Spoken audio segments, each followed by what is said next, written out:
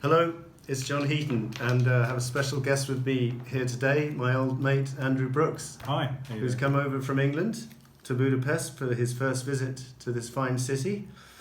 So we've just been doing a bit of sightseeing, showing Andrew and Deborah around the city, and then we came back, and of course we had to take this opportunity to do a joint video, and we were talking about what subject we should do, and Andrew suggested we should compare the original Get Back album as engineered by Glyn Johns to the final Phil Spector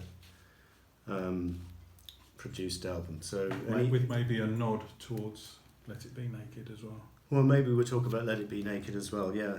Okay, so just before I do that, Andrew, do you want to just tell the folks how we got to know each other back in the day? I couldn't remember, you had to remind me. It must have been 86? 87, I think. 86, yeah. 87, yeah. Soho Square, MPL. Yeah.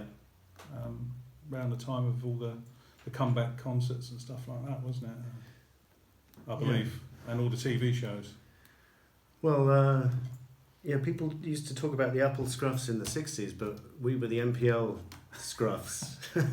There's a group of about 10 of us. The MPL vagrants. Who seemed to know Paul's whereabouts, if he was going to be at the BBC doing Wogan, or if he was going to be at Abbey Road, or if he was going to be doing a rehearsal gig. We generally got to know about it, partially because we were members of the Wings Fun Club, but also I just think we had an amazing grapevine. I'm not sure. We had a few tip-offs.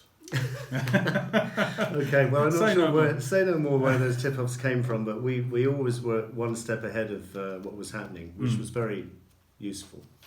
True. So, I've got a bootleg copy of the Glyn Johns version, and one of the difficult things about trying to compare this to this is only a bootleg. So, if it had been an official release, I'm guessing it would have been better quality. But if you listen to it, you can actually hear it's taken from an acetate, because you can actually I've got a CD copy of it at home, and you can actually hear the crackles on the CD. So it's obviously taken from an original acetate at some point.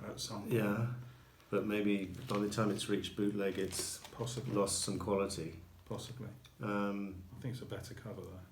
It's a better cover. I think we can agree. Well, I don't know, man. This is a great cover as well. Well, but that's what you're used to. I think that's a great cover because it would have. It's like bookending, isn't it? Yeah, it is. Yeah. It's a bookend because of the similar photo from 62, 63. Yeah, and I'm glad that they ended up using that photo anyway. No, it wasn't used for Get Back for the red and blue.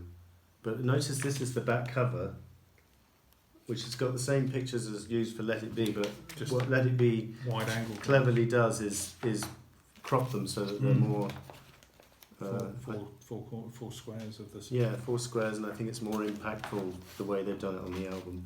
But anyway, a few things to say about Glyn Johns' thing. John Lennon said he did a terrible job because he's got no idea. But he said that in his Rolling Stone interview, and Glyn Johns was upset for years. And in the May Pang book, I think it is, they bumped into each other in '74, and Glyn Johns is still upset with him, and hardly will talk to John and explains why. And John said, "Oh, I was stoned during that interview." I did read something before I came over. I thought I'd have a quick browse, and I did read a quote from Glyn Johns himself, and he said he could on the Phil Spector version. He heard about four like seconds into the first track, and he thought, "God, this is awful." Carried on listening, and in the end, he couldn't listen to the finalised Let It Be. Well, so, I mean, I guess they're both entrenched in their own camp, and it's very difficult to give credit to the opposition. And by the time this album was recorded, it was even difficult for John to appreciate Paul's songs and vice versa. I mean, the fact that it was recorded before Abbey Road, I think, as McCartney has often said in interviews, when an album comes out, the songs are already old to the artist. So can you imagine how old these songs would have been to them when it finally come out? If it had been recorded before Abbey Road and then came out after Abbey Road. Yeah. So. Yeah, it was old news, but I still defend Let It Be as a Beatles album. I think it's one of their best, and certainly McCartney is on fire on this album. But anyway, a couple of things on Glyn Johns. He's included a rather short version of Save the Last Dance for Me, which I don't think should have been on here. No. Dig It is a longer version. That's right, it's extended. Is that wise? I mean, I think it's quite nice on the final version. I know that's what we're used to. That's what you're used to, yeah. It does go on a bit, but it's nice to hear it in its entirety. Yeah, it is nice to hear. I mean, I don't know, maybe on the B-side or something. Well, I don't know. Anyway, Teddy Boy, interesting to see that. Yeah, because looking at the track listing, that is the only song that a solo Beatle has recorded since that made it onto this album, because they recorded lots of their own songs which have appeared. You know, All Things Must Pass and Backseat of My Car. Yeah, and things like that. Yeah. They rehearsed them, but that's the only one that actually appeared on the Glyn Johns. On the Glyn Johns, which never saw the light of day, because, by the way, it got rejected by the Beatles twice. No, first of all once, and then he went back, tried again, rejected again. And John said, we were going to let out the shitty version to say, this is us with our trousers down, would you please end the game now? But anyway, I think and then they said, well, they went back and did something slick to preserve the myth, which became Abbey Road. But so this is probably more faithful to the original concept of the album. Yeah, in terms of being unplugged and not being embellished with strings. Yeah, you wanted me to mention. Well, you mentioned it. George Martin. He said on the credits it should have said produced by George Martin and overproduced by Phil Spector. Yeah, well, that's very amusing, George. I to this day I can't understand. We'll get on to Let It Be now, I think, because this is the final album, and to this day people don't give credit. People go on and on about The Long and Winding Road, but they don't mention a track like Two of Us or I've Got a Feeling, which are just superbly mixed and produced. And I've got to give Phil Spector the credit, because I guess when they were given it to him, they were not. I'm sure he enhanced them, and I know he's known for his wall of sound, but and also another noticeable thing, I don't know if you agree, but the Get Back version on the Let It Be album, I think is far superior to the single version produced by George Martin. Well, it's from the Rooftop for a start.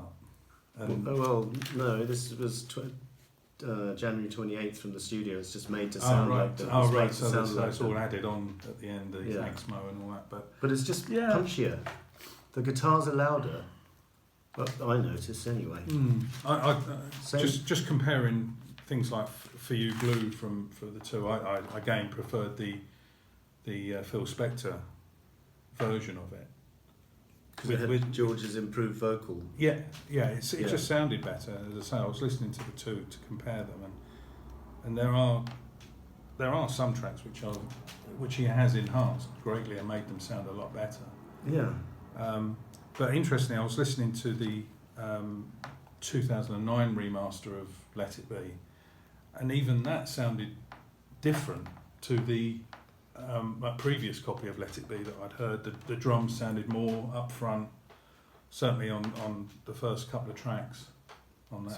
So I think I can't remember who did the 2009 remixes. A couple of engineers at Abbey Road, but I can't remember the name. So they should get some credit for the work they did. But I did notice, like, Glyn Johns chose a version of I've Got a Feeling where they make a huge mistake in the track and they have to break down halfway through, and John says, I cocked it up trying to get loud. Trying to be loud. Well, so why pick the track where it breaks down when it's one of the best latter-day Beatles rockers? And to show them with their pants down, maybe. Yeah, great. So Phil Spector, I've Got a Feeling on here on the finished album it's just the guitars are mixed really loud, quite deliberately, I'm sure. It's going to be interesting next year to see. Now McCartney and Ringo have basically got more say in it, in the production of it. What the new Let It Be is going to sound like when it comes out remixed and remastered. I don't know how they can improve much on the 2009. To me, it's the same with Abbey Road. I'm not sure whether Giles is going to be able to show us too much more that we haven't already heard. Surround sound. That's probably going to be big. But especially for Abbey Road. I mean, Let It Be, I don't think would benefit from surround sound. Stereo's good, but Right. Are you a big fan of the surround sound then? I think it has its place. I mean, Sgt. Pepper is amazing in surround sound, purely because of, you think of all the production that went on and all the instrumentation and the sound effects and all that, and that really lends itself to surround sound.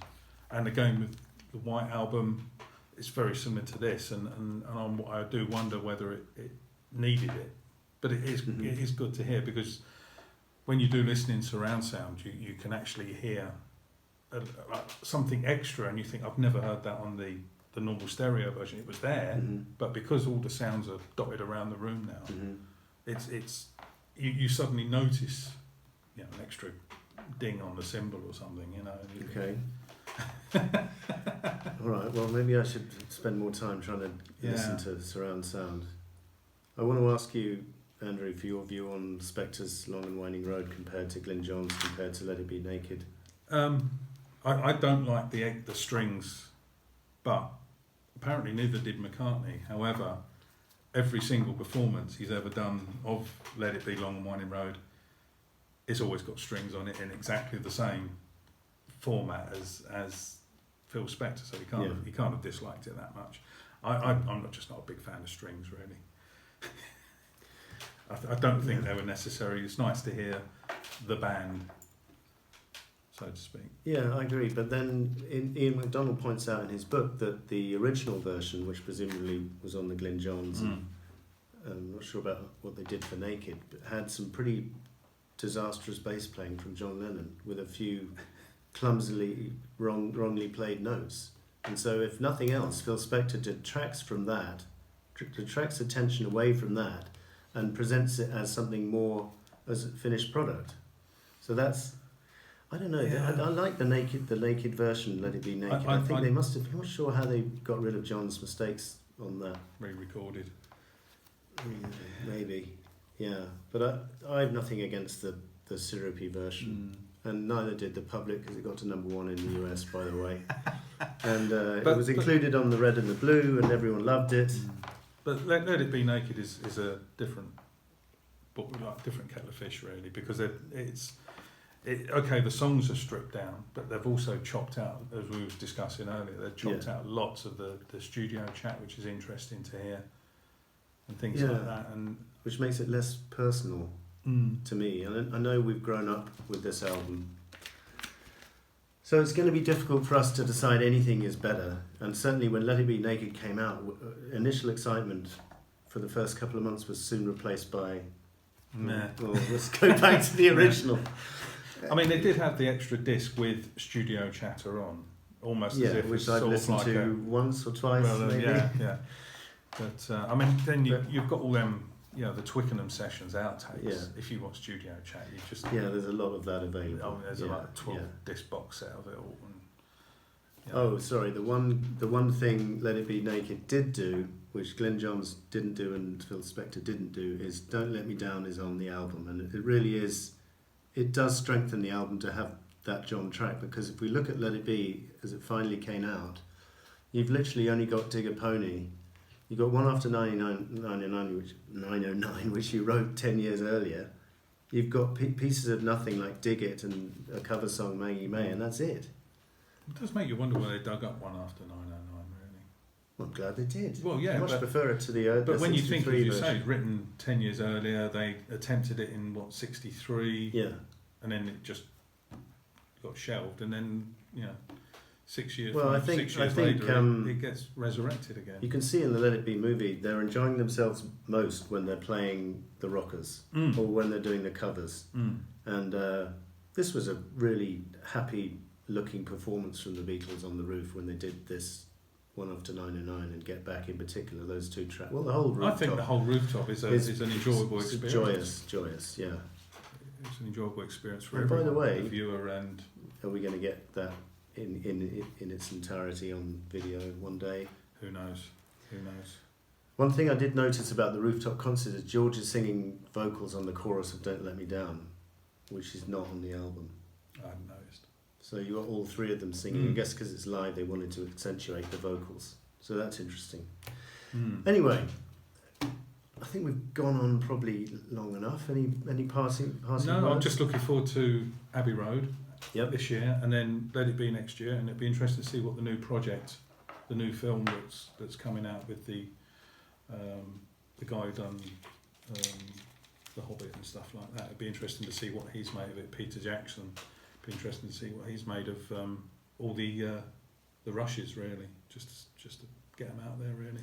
Yeah, I think obviously some people are hoping for the 56-hour version, and then some people have make do with the 3-hour version. I don't know. Probably get somewhere in between, wouldn't you think? So, I should imagine so. Well, is the argument going to be kept in? Do you think? Argument going to be what? Kept in the movie between. Oh yeah, they can't drop that. They can't just drop that scene because it's too real or because it's too upsetting for the Harrison estate or something. Really, don't get me started on that. Thank you for watching, guys. Yeah, thank you. See you next time. Bye.